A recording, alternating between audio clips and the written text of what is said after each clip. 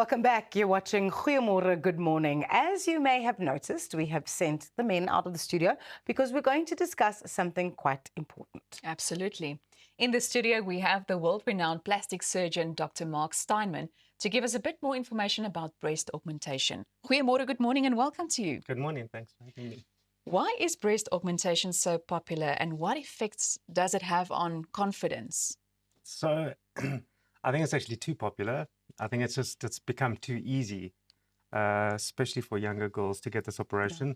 I think it's done too much. So it's also because, as you can see in the table, the generation of implants improve every 10 to 15 years.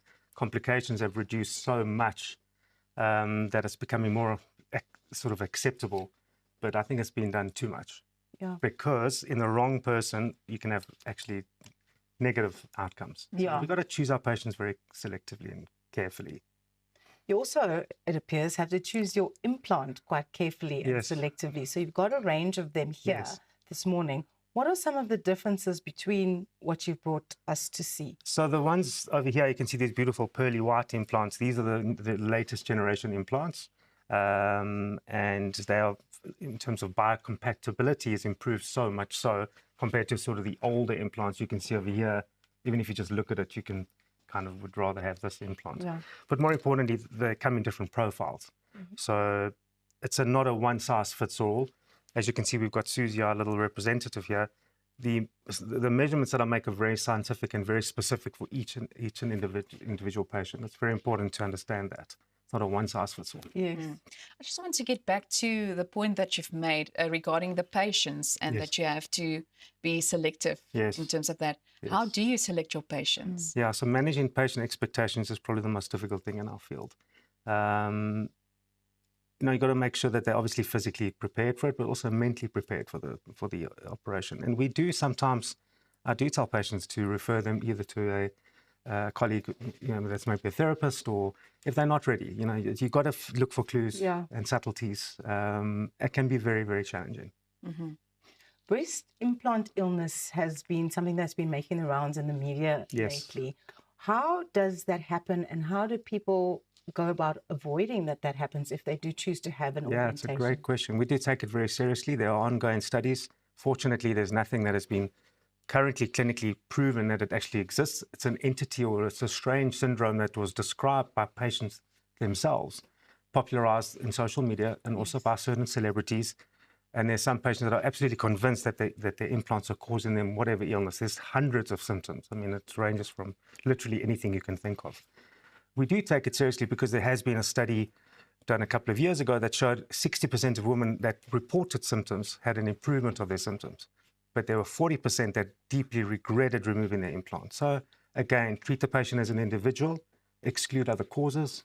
But we're not quite sure, but we are taking it seriously. And of course, if a patient comes to me and thinks they have breast implant illness, we will go through and examine them thoroughly and make sure that there's nothing else going on. Mm. And if someone does get the implants, what is the recovery process like? So, these days in a straightforward breast augmentation, 4 to 6 weeks maximum. Most patients, I say, can go play rugby after 6 weeks if that's your thing. Recovery in the newer modern techniques or the smaller implants, we can get recovery. Girls are bouncing back quite quickly, back to work after 5 days even. Just obviously need to restrict your upper arm movements and stuff. That's the most important thing. And they all have different lifespans, like you have to kind of redo them. As you said, it changes 10 to 15 years. Yeah, so I mean, the implants were invented in 1962. Every 10 to 15 years, the implants are changed and modified. So, and it takes 10 to 15 years for the studies to, the big studies to come out. So always looking at things retrospectively. Yeah. So it is currently recommended to change every 10 to 15 years. But with these newer implants are available to us, I've had patients 15, 20 years that are doing absolutely fine. Yes. It's more patients will want to change it for an upgrade or, if they need a breast lift or something like that. I'm so glad that you spoke about breast lift because there are quite a few weight loss drugs on the market now where people are losing weight rapidly. Yes. So either they come for a breast lift or their implants are affected by the amount of weight that they've lost.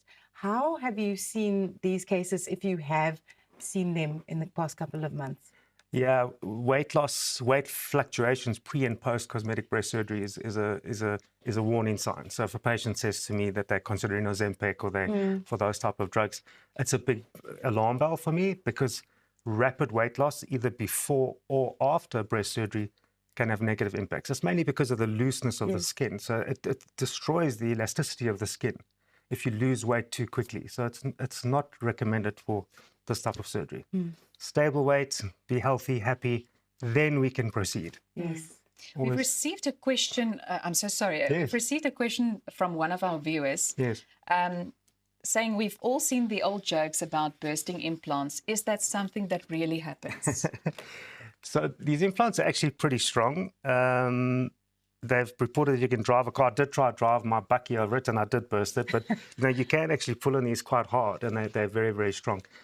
The rupture rates of these modern implants are incredibly, incredibly low. Yeah. In 12 years of me using this generation implants, I haven't seen one rupture. And most of these implants, these generation actually guaranteed for life against rupture, which is it's quite rare. It's very rare. The older generation implants, yes, we see a lot of those. Rupture. I wanted to actually ask you quickly, just before we close off, these do feel very real. I wanted to ask you before we close off, what is the impact of social media on people's mental health with relation to breast augmentation? Because I think it's, these things that you see, some of the stories are absolutely crazy. Yeah, it's skewed. Like for me, the best patients would be the moms that have had their babies and you're reconstructing their bodies back to how they were. The younger girls, 21, 22, it's sad. I turn away a lot of my younger girls. You know, they breastfed. There's nothing wrong with you. You know, just it's overdone. 22. It's overdone. Yeah. Wow. It's overdone. I say no a lot. Well, that's really great to hear. Can we get hold of you? Where can our viewers you're welcome. find you? I think the easiest would be on Instagram or drmark.co.za. Yeah, if you just type my name, you'll find me anyway. Dr. Mark, it's been so lovely chatting to you. Thank you very much for coming to join us this morning. Pleasure. Goeiemôre, good morning. Thank you so much. That's all we have time for now. And when we get back, the boys are back and they are going to be discussing sport. We have got such a busy show ahead. You can also expect Dion Groot to come and chat to us about his new song, Dance in Afrikaans. Keep watching. Follow us on social media as well if you would like to stay updated at Goeiemôre. Good morning.